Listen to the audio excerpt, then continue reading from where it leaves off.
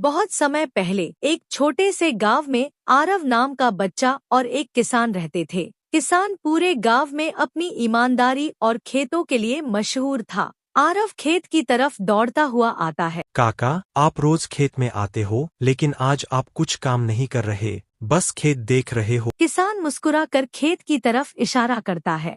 बेटा, किसान हमेशा हल नहीं चलाता, कभी कभी खेत को बस देखना भी जरूरी है। जैसे माँ अपने बच्चे को देखती है, वैसे ही मैं अपनी फसल को देखता हूँ। आरव हैरानी से खेत की तरफ देखता है। मतलब फसल सिर्फ काम से नहीं, ध्यान रखने से भी बड़ी होती है। हाँ बेटा, मेहनत जरूरी है, लेकिन धैर्य और देखभाल भी चाहिए, तभी खेत हरा भरा रहता है। दिन और साल गुजरते हैं। किसान कभी खेत देख रहा है, कभी बारिश के बाद फसल जांच रहा है। किसान अपनी फसल की मेहनत के साथ साथ उसकी देखभाल करता रहा और आरव रोज उससे कुछ नया सीखता गया।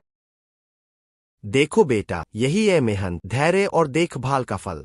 आरव की आंखों में चमक। अब समझ गया काका, अगर हमें बड़ा बनना है तो मेहनत के साथ साथ धैर्य और ध्यान भी रखना होगा। कुछ साल बाद काका गुजर गए, लेकिन उनकी सीख आरव ने याद रखी और अपनाई। उसने पढ़ाई, काम और जीवन के हर मोड़ पर मेहनत और धैर्य को नहीं छोड़ा।